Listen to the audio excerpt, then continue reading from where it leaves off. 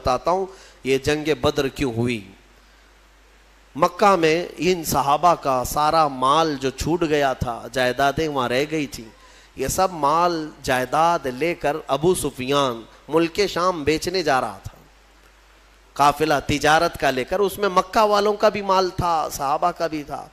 نبی پاک صلی اللہ تعالیٰ علیہ وسلم کے پاس قاصد نے آ کر خبر دی کہ ابو سفیان ملک شام جا رہا ہے۔ ملک شام جانے کا جو راستہ تھا وہ مدینے کے قریب سے ہو کر گزرتا تھا۔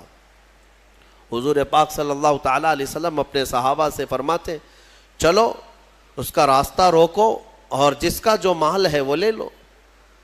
جب صحابہ نکلے، جنگ کی غرض سے نہیں نکلے تھے، لیکن ابو سفیان کو یہ پہلے سے خبر ہو گئی کہ محمد صلی اللہ علیہ وسلم اپنے 300 سے زیادہ ساتھیوں کو لے کر بیچ راستے میں آئے ہیں، تو ابو سفیان نے کیا کیا، راستہ بدل کر دوسرے راستے سے ملک شام پہنچ گیا، تجارت بھی کیا، خوب نفع بھی کمایا، مال بیچ دیا۔ اب واپسی کا جب وقت تھا تو حضور پاک صلی اللہ علیہ وسلم پھر انتظار میں تھے کہ یہ واپس تو جائے گا، جب واپس جائے گا تب پھر ہم اس کو روکیں گے۔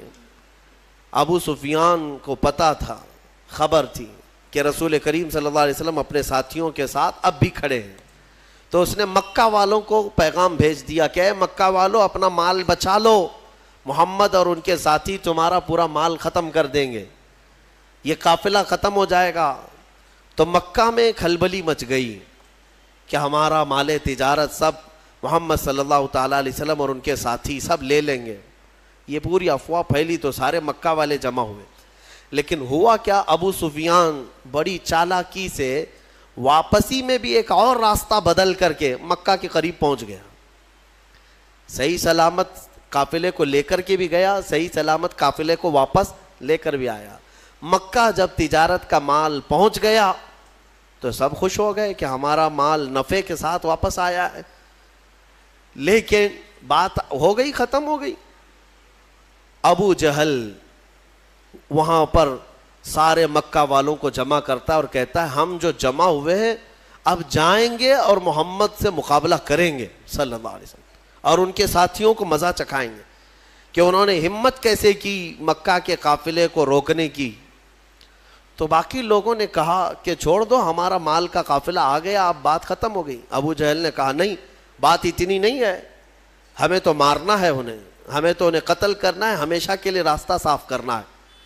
تو بھڑکا کر کے 1000 لوگوں کو جمع کر لیا۔ کچھ عقل مند لوگ تھے، انہوں نے کہا کہ ہم نہیں جائیں گے، لیکن ابو جہل نے انہیں آر دلایا، انہیں بہت زیادہ اکسایا، اور اس کے اکسانے کے بعد، آر دلانے کے بعد 1000 سے زیادہ لوگ جمع ہوئے، اور ان سب کو لے کر ہاتھی گھوڑے ہتھیار سامان کے ساتھ ابو جہل سرداری کرتے ہوئے مکہ سے نکل کر بیچ راستے میں پہنچا۔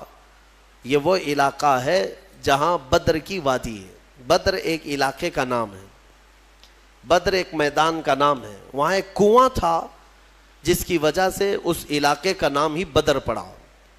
وہاں آ کر کے یہ لوگ پڑاؤ کر لیے۔ نبی پاک صلی اللہ تعالیٰ علیہ وسلم اپنے صحابہ سمیت بدر تک پہنچے ہوئے تھے۔ اب حضور اکرم صلی اللہ تعالیٰ علیہ وسلم بھی اسی علاقے میں، اور یہ کفار و مشرکین بھی اسی علاقے میں آ گئے۔ اب مقابلہ کرنے کی غرض سے وہ لوگ آئے۔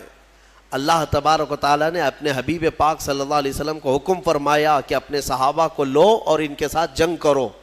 اب جب مولا فرما دے جنگ کرنے کے لیے تو پھر پیچھے ہٹنے کا سوال ہی نہیں ہوتا، پھر کوئی وجہ ہی نہیں ہے۔ نبی پاک صلی اللہ تعالیٰ علیہ وسلم جب صحابہ کو لے کر آئے تھے تو سچویشن کیا تھی، حالات کیسے تھے؟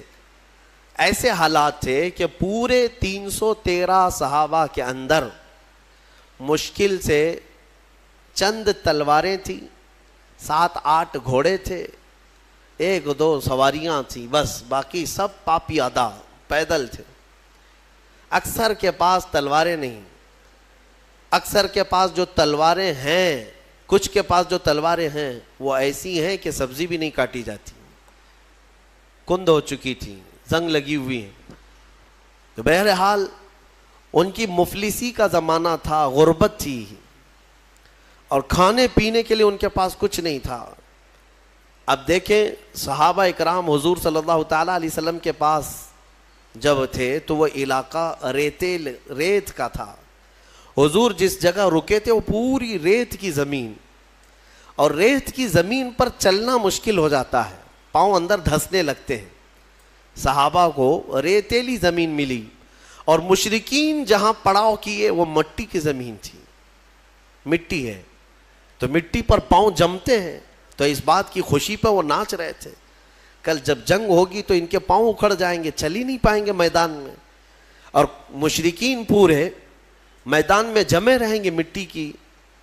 اب بہت ساری چیزیں انہی کی حمایت میں نظر آتی ہیں, حالات ایسے لگتے ہیں کہ ساری فتح ان کی ہوگی.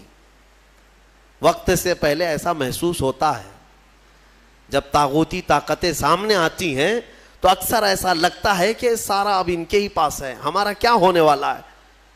اب میں آپ کو مقابلے کے اعتبار سے بتاؤں, ادھر 313 نہتے ہیں, ساز و سامان نہیں, سواریاں نہیں, بدلے میں مقابل میں 1000 سے زیادہ سب کے سب ہتھیار سے لیس, ٹرینڈ پہلوان ان کے پاس, ہاتھی گھوڑے اونٹ سواریاں ان کے پاس, بلکہ ان کے کھانے کے لیے پورے اونٹ ذبح ہو رہے تھے رات کو.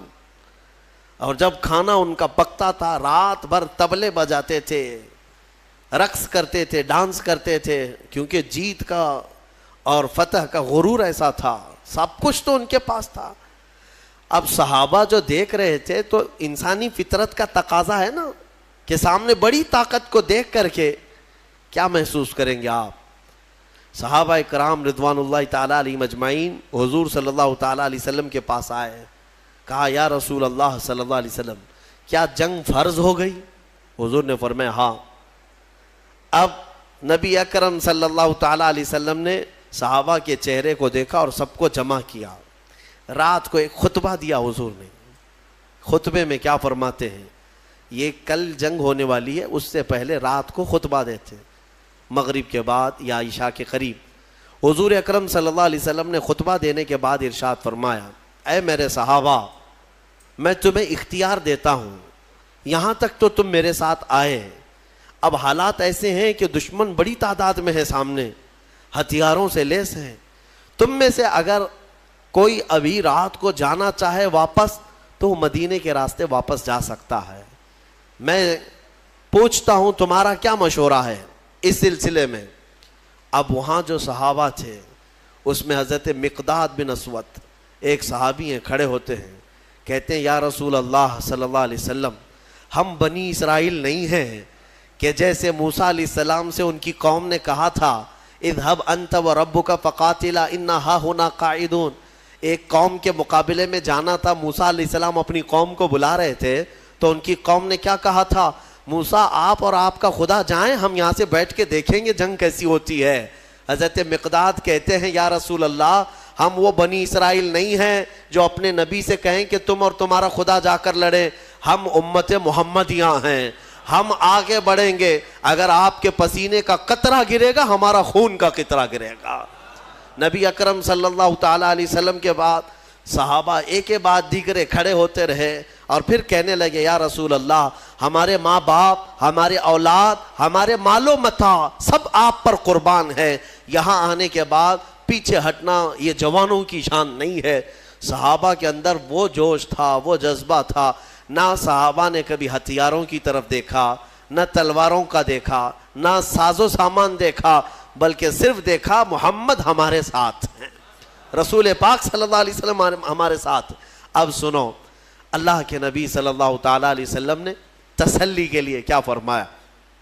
چند صحابہ کو لیا, میدان میں آئے, میدان میں آنے کے بعد معائنہ کیا اور فرمایا چند صحابہ ادھر کھڑے رہیں گے, کچھ ادھر رہیں گے. جنگ کی ترتیب میرے آقا بنا رہے تھے, لیکن اسی وقت حضور کے ہاتھ میں ایک لکڑی تھی, آپ نے ایک دائرہ کھینچا اور صحابہ سے کہا کل دیکھنا اس میں ابو جہل گر کے مرے گا, اور ایک لکیر سے دائرہ کھینچا اور کہا یہاں عتبہ مرے گا, اور ایک کھینچا کہا یہاں شیبہ مرے گا. جو بڑے بڑے ان کے پہلوان تھے ان کے نام لے کر لکیر کھینچ دیا حضور نے.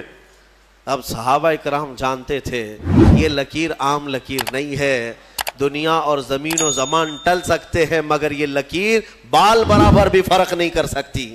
حضور پاک صلی اللہ تعالیٰ علیہ وسلم کا یہ فرمان صحابہ کے حوصلے اتنے بلند کر دیا، انہیں پتا تھا اب کل جنگ میں جو بھی ہوگا، لیکن اتنا تو طے ہے کہ ابو جہل مرے گا، اتنا تو طے ہے۔ کیوں؟ غیب داں رسول نے ایک رات پہلے ہی بتا دیا ہے، اور وہ بھی لکیر کھینچ کر بتایا۔ اب یہ ایک چیز تھی، صحابہ کا حوصلہ بڑھا ہے۔ جب واپس آئے رات کو، کافی رات ہو چکی تھی، حضور سجدے میں گر گئے اور دعا کرنے لگے۔ دعا میں جو مناجات اپنے رب سے کر رہے تھے، وہ الفاظ کیا تھے؟ اللہ کی بارگاہ میں یوں کہتے، مولا تیرے یہ بندے، عاجز بندے تیرے دربار میں آئے، اور سبوں نے اپنی طاقت اور استطاعت کے مطابق اپنی محنتیں پیش کر دیں، میدان تک آ گئے۔ اب اگر کل تو انہیں فتح نہیں عطا کرے گا، حضور یہ کہہ رہے اپنے مولا سے، اے رب اگر کل تو انہیں فتح نہیں عطا کرے گا، لن تعبد ابدا، پھر قیامت تک تیری عبادت نہیں ہو سکے گی، قیامت تک پھر تیری عبادت نہیں ہو سکے گی۔ یہ شان محبوبی تھی۔ حضور اکرم صلی اللہ تعالیٰ علیہ وسلم اپنے رب سے گڑ گڑا کر مانگ رہے تھے۔ ابھی دعا سے آپ نے سر اٹھایا، بہت تیز بارش شروع ہو گئی، رات کے وقت بارش شروع ہو گئی۔ بارش ہونے کے بعد حضور نے اکرم صلی اللہ علیہ وسلم کے لبوں پہ مسکراہٹ آئی، اور صحابہ سے کہا اللہ کی پہلی مدد آ چکی، اللہ کی پہلی مدد آ چکی۔ صحابہ نے محسوس کیا، کیوں جانتے ہیں؟ اس بارش کا اثر یہ ہے کہ جو ان کی ریتیلی زمین تھی صحابہ کی، وہ مضبوط ہو گئی، اور ان کفار کی مٹی والی زمین کیچڑ سے پھسلنے لگ گئی۔ اب ان کے گھوڑے پھسلتے تھے، ان کے پیر پھسلتے تھے۔ اب یہاں صحابہ، ریت میں اگر پانی جم گیا تو ریت مضبوط ہو جاتی، اور یہ ایسی مضبوط ہو گئی کہ اس پر دوڑیں بھاگیں کچھ بھی کریں کچھ فرق نہیں پڑتا، اور ادھر کیچڑ اتنا تھا کہ وہ پیر رکھے تو پھسل کر گر جائیں۔ تو حضور اکرم صلی اللہ علیہ وسلم نے فرمایا رات کے وقت اللہ کی پہلی مدد آ گئی۔ دوسرا دن آیا، یہ 17واں رمضان المبارک ہے۔ رسول کریم صلی اللہ تعالیٰ علیہ وسلم نے صبح کے وقت صحابہ کی صفوں کو ترتیب دینا شروع فرمایا۔ اس میں 313 صحابہ کرام تھے۔ وہ بڑے خوش نصیب صحابہ ہیں، اور بلکہ وہ بڑے عظیم المرتبت صحابہ ہیں جو رسول کریم صلی اللہ تعالیٰ علیہ وسلم کے ساتھ سب سے پہلی جنگ میں آئے اور اسلام کا پرچم لہرانا تھا۔ یہ وہ تاریخ ہے جہاں سے شوکت اسلام دوبالا ہو گئی۔ آج سے اسلام کی عزت میں جو روشنی آئی ہے، یہ ایک الگ تاریخ ہے، ایک الگ تاریخ۔ اس لیے 17 رمضان المبارک یہ عام تاریخ نہیں ہے، ہاں یہ تاریخ اسلام کی شان و شوکت کو بلند کرنے والی تاریخ ہے۔ صبح صفیں ترتیب دی گئیں، جب صفیں لگیں تو میرے عزیزو، حضور پاک صلی اللہ تعالیٰ علیہ وسلم سامنے کھڑے ہیں۔ ان صفوں میں صحابہ میں بچے بھی آئے ہیں، جوان بھی آئے ہیں، بوڑھے بھی آئے ہیں۔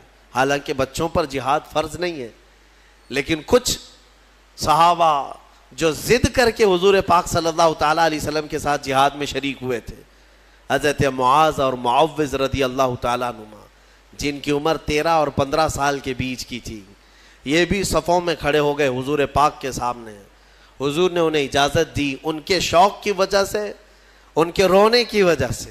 اب جنگ جب شروع ہوئی تو سب سے پہلے حضرت ہوتا کیا تھا، مقابلے میں ایک ادھر سے آتا، ایک ادھر سے آتا، یا 2 ادھر سے آئیں تو 2 ادھر سے، 3 ادھر سے آئیں تو 3 ادھر سے شروعات۔ تو کفار مکہ نے اس طرف سے بڑے ان کے جو پہلوان تھے ان کو بھیجا، اس میں عتبہ تھا، شیبہ تھا، اور ایک بڑا کافر پہلوان۔ تو حضور پاک صلی اللہ تعالیٰ علیہ وسلم نے اپنی جماعت میں سب سے پہلے جنہیں اتارا وہ مولا کائنات حیدر کرار تھے۔ علی مرتضیٰ کو سب سے پہلے میدان میں اتارا، ان کے بعد دوسرے نمبر پر امیر حمزہ رضی اللہ تعالیٰ، تیسرے پر حضرت ابو عبیدہ بن جراح۔ یہ تینوں اپنے زمانے کے ایسے قوی اور مضبوط لوگ تھے کہ ان کے مقابل میں جلدی کوئی آتا نہیں تھا۔ لیکن ان تینوں میں سب سے کم عمر حضرت علی کی تھی۔ حضرت علی کرم اللہ وجہہ الکریم کی عمر اس وقت بڑی کم تھی، یعنی تقریباً آپ کی عمر 24 سال کے آس پاس، 24 سے 25 سال کی، جوانی تھی.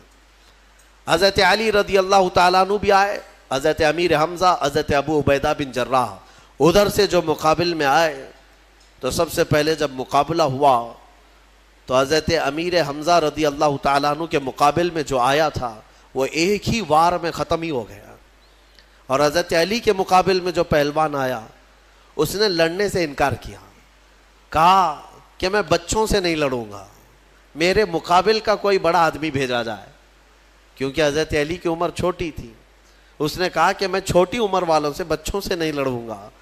حضرت علی رضی اللہ تعالیٰ عنہ نے اس وقت فرمایا محمد صلی اللہ تعالیٰ علیہ وسلم کے غلاموں کے بچوں سے پہلے نپٹ لے, بڑوں کو بعد میں بھیجا جائے گا. اور وہ کیا نپٹتے, کیا مولا کائنات حیدر کرار کبھی وہ ان کے سامنے کوئی مقابل میں آ سکا؟ یہاں تک کہ خیبر کے جنگ کے موقع پر فرمایا گیا حضرت علی کے سامنے جب مرحب ایسا پہلوان آیا تھا جو 1000 آدمیوں سے تنہا لڑتا تھا, وہ حضرت علی کے سامنے آیا تھا. وہ بھی لوہے کی ٹوپی, اس کی سب سے مشہور ٹوپی تھی لوہے کی, پہن کے رہتا لوہے کا زرہ, اور حضرت علی اس کے مقابل میں آئے. اس وقت حضرت علی کی حالت تو یہ تھی کہ آنکھیں لال ہو گئی تھیں, آشوب چشم کی بیماری تھی اور بخار تھا, بخار بھی ہے اور آنکھیں لال تھیں وہ خیبر کے موقع پر. تب حضرت علی نے مرحب کے ساتھ جو مقابلہ کیا وہ ذوالفقار حیدری, جو تلوار ہے آپ کی, اٹھا کر جو مرحب کے سر پر مارا تھا تو وہ لوہے کی ٹوپی تک 2 ٹکڑوں میں تبدیل ہو چکی تھی. وہ وار کیا تھا, حضرت علی رضی اللہ تعالیٰ عنہ کے وار سے کوئی بچ پائے گا؟ یہاں بدر کے میدان میں بھی جو آیا وہ تھوڑی ہی دیر میں مقابلہ کرتے کرتے حضرت علی کے ایک وار میں اس کی گردن ہوا میں اڑی اور نیچے آئی. یہ وہ منظر تھا جب پیچھے جو صحابہ تھے انہوں نے دیکھا تو بلند آواز سے نعرہ تکبیر بلند کیا تھا اور پورا میدان گونج اٹھا تکبیر کی آواز سے. اسی کو تو اقبال نے کہا تھا کفر دم توڑ دے گا ٹوٹی ہوئی شمشیر کے ساتھ, کفر دم توڑ دے گا ٹوٹی ہوئی شمشیر کے ساتھ, گر تم نکل آ جاؤ ایک بار نعرہ تکبیر کے ساتھ. وہ تکبیر کی آواز وہی تھی جو صحابہ, ان کی تلواریں کیا تھی. اس کے بعد مقابلہ شروع ہوا. شروع میں ایک کے بعد دیگرے ہوتے تھے, پھر گھمسان کی لڑائیاں, یعنی صفوں کی صفیں آپس میں مل جاتی. اب یہ مقابلہ اس قدر سخت ہو گیا کہ دوپہر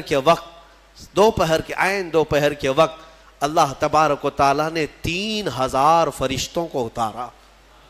قرآن میں اذ تقول للمؤمنین الن یکفیکم ان یمدکم ربکم بثلاثة آلاف من الملائکۃ منزلین. حضور صلی اللہ علیہ وسلم دیکھ رہے تھے کتنے فرشتے آئے اور صحابہ سے کہہ رہے تھے اب ڈرو مت, لڑو, کیا تمہارے لیے اتنا کافی نہیں ہے کہ اللہ نے 3000 فرشتے تمہارے لیے اتارے؟ بلا ان تصبروا وتتقوا ويأتوكم من فورهم هذا يمددكم ربكم بخمسة آلاف من الملائکۃ مصومین. اللہ فرماتا ہے ہاں کیوں نہیں, جب تم لوگوں نے صبر کیا, استقامت سے کھڑے رہے میدان میں, تو مولا نے اپنی جانب سے مدد کرتے ہوئے 5000 فرشتوں کو اتارا. جس وادی میں یہ فرشتے اترے تھے نا, بدر کی وادی میں, جبل ملائکہ, وہاں ایک پہاڑ ہے, وہ پتھر کا پہاڑ, لیکن آج اگر آپ جا کر دیکھیں گے تو پورا ریت کا پہاڑ ہے. آس پاس پورے پتھروں کے پہاڑ, بیچ میں ایک ریت کا پہاڑ ہے, اور وہ بھی ریت ایسی کہ چھنی میں بھی چھانو تو چھن جائے, یعنی رکے گی نہیں, اتنی باریک سافٹ, اور ایسا لگتا ہے جیسے اس کا نقشہ کسی نے بنا کر رکھا ہے. اتنے سالوں سے وہ پہاڑ اسی طرح ہے. بتایا جاتا ہے کہ وہ فرشتے اس پر پہاڑ پر اتارے گئے تھے. اب 5000 فرشتے جب بدر کے میدان میں آئیں تو کفار و مشرکین کی درگت کیا ہونی ہے. میرے عزیزوں, یہ جنگ شام تک نہ چلی بلکہ 70 کافر مارے گئے صحابہ کے ہاتھوں, اور مومنین کے صرف 13 مارے گئے. 13 کی شہادت ہوئی. 14ویں ایک صحابی تھے جو زخمی ہو گئے اور راستے میں ان کا انتقال ہوا. کل ملا کر کے 14 شہید ہوئے صحابہ 13 جنگ میں, اور ان 13 میں تو 2 بچے ہیں, حضرت معاذ اور معوذ, باقی 11 جوان. آپ اندازہ کریں 313 کی جماعت لے کر کے گئے تھے اور 1000 ادھر سے آئے تھے. پھر بھی 70 ان کے مارے گئے، 70 پکڑے گئے قیدی بن کر کے، اور ادھر صرف 13 میں سے اگر جوانوں کو دیکھا جائے تو 11 صحابہ اکرام کی شہادت ہوئی. اور یہ فتح مبین ایسی تھی کہ شام ہونے سے پہلے میرے آقا صلی اللہ تعالیٰ علیہ وسلم میدان میں سجدہ ریز تھے اور یوں عرض کر رہے تھے کہ مولا تو نے اپنا وعدہ پورا کر دیا، مولا تو نے اپنا وعدہ پورا کر دیا، مومنین جمے رہے. میں کہنا اتنا ہی چاہتا ہوں میرے عزیزوں، ایمان والے کبھی اسباب پر بھروسہ نہیں کرتے، خالق اسباب پر بھروسہ کرتے ہیں. ہونا یہی چاہیے کہ تم یہ مت دیکھو کہ تمہاری حیثیت کتنی ہے، تمہاری تعداد کتنی ہے. اگر ایمان والے ہو تو قرآن کہتا ہے کم من فئۃ قلیلۃ غلبت فئۃ کثیرۃ باذن اللہ. اکثر ایسا ہوا ہے کہ چھوٹی جماعتوں کو اللہ بڑی جماعتوں پر بھاری کر دیتا ہے. یہ اس کی قدرت کے فیصلے ہیں. ہم نے آج تک تاریخ میں دیکھا ہے مٹھی بھر جماعت کسی کی ناک میں دم کر کے رکھتی ہے، چاہے وہ وقت کا سپر پاور ہی کیوں نہ ہو. کچھ جماعتوں کے سامنے گھٹنے ٹیکنے پر مجبور ہو جاتے ہیں. یہ حالات آج تک چلے آ رہے ہیں. میرے عزیزوں، اس بدر کی وادی میں میدان میں جو جنگ ہوئی، صحابہ نے اپنی جاں بازیاں پیش کی اور بہت ہی بہادری کے ساتھ وہ حضور اکرم صلی اللہ تعالیٰ علیہ وسلم کے ساتھ کھڑے رہے. اب میں آپ کو بتاتا ہوں، شام کا وقت ہوا، نبی اکرم صلی اللہ تعالیٰ علیہ وسلم اپنے صحابہ کے ساتھ میدان میں آئے. سارے بھاگ چکے تھے، جو بچے ہوئے تھے ساز و سامان سب چھوڑ کر بھاگے ہیں. جتنا لائے تھے مکہ سے کھانے پینے کے لیے سب میدان میں چھوڑ کر مکہ بھاگ گئے. 140 تو یہاں رہ گئے نا، باقی سب جان بچا کر بھاگے مکہ کی طرف. اب شام کے وقت جب حضور پاک صلی اللہ علیہ وسلم اپنے صحابہ کی لاشیں جمع کی ہے، شہداء کی، انہیں دفن کیا گیا. اب پھر صحابہ کے ساتھ میدان میں آتے ہیں. صحابہ کہتے ہیں ہم سب سے پہلے ڈھونڈ رہے تھے کہ ابو جہل کہاں مرا ہے، یا عتبہ شیبہ مرے ہیں یا نہیں مرے ہیں. جا کر کے دیکھا تو ابو جہل بھی مرا ہوا پڑا تھا. صحابہ کہتے ہیں ہم نے اس کے مرنے کی جگہ دیکھی تو رات کو کھینچی ہوئی وہ لکیر ویسی تھی، ایک بال بھی باہر نہیں گرا تھا، یعنی ایک انگلی بھی اس کی باہر نہیں تھی، اسی گھیرے کے اندر وہ گر کر مرا ہوا تھا.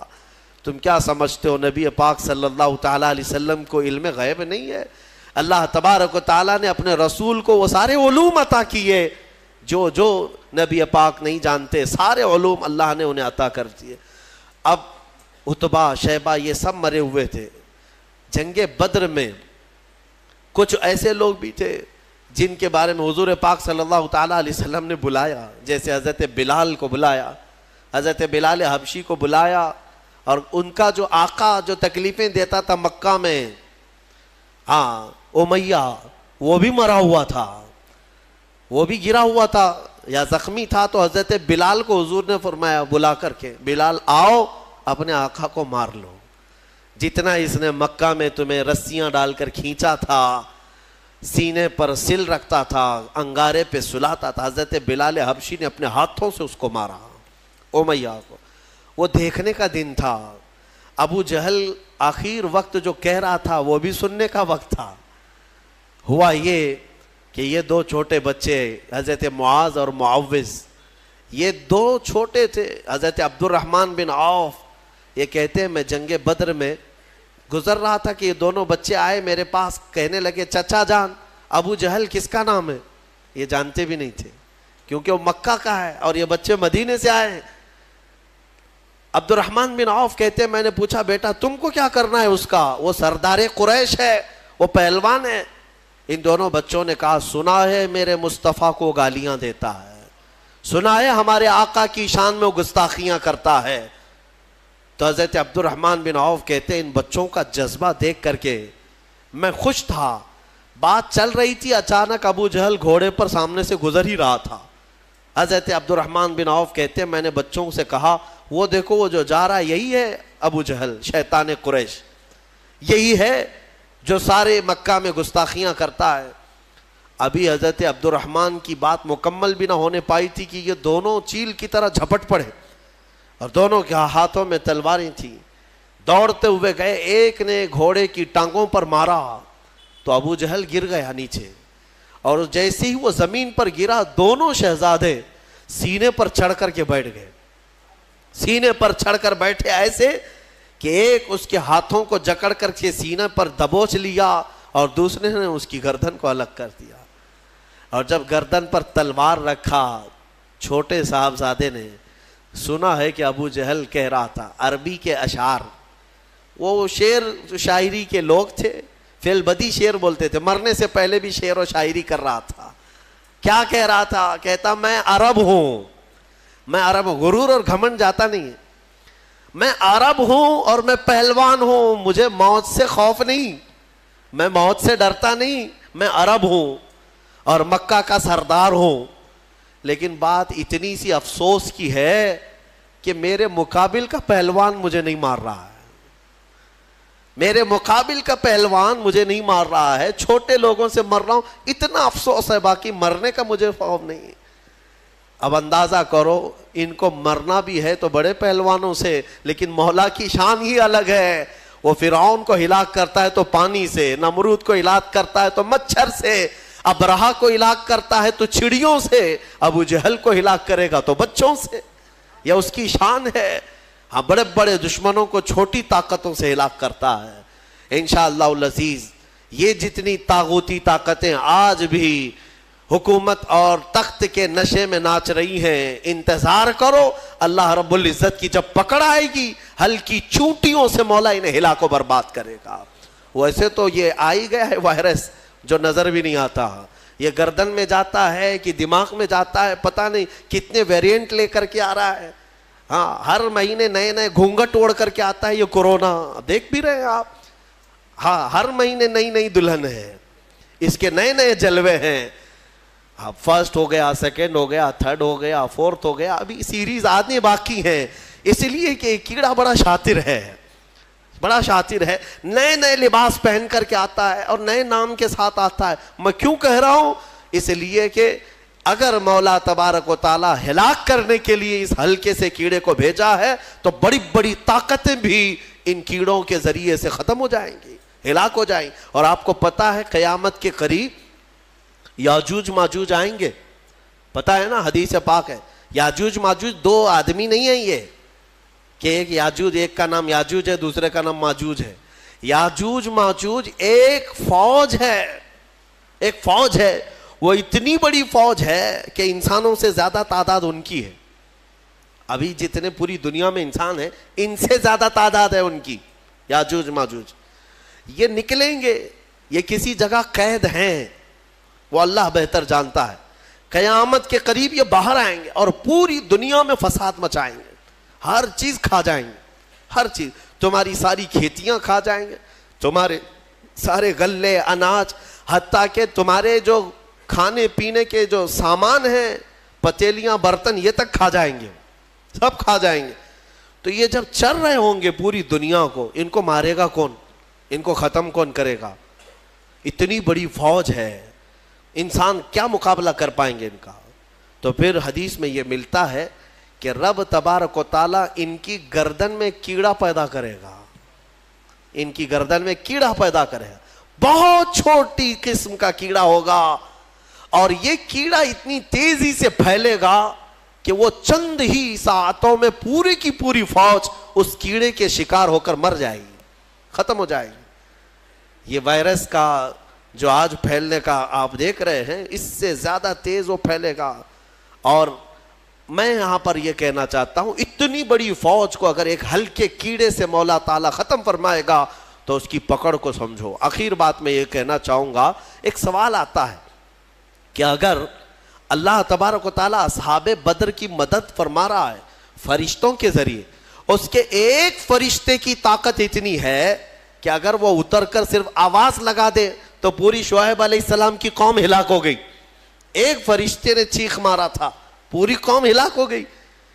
تو یہاں 5000 فرشتے کیوں اتارے؟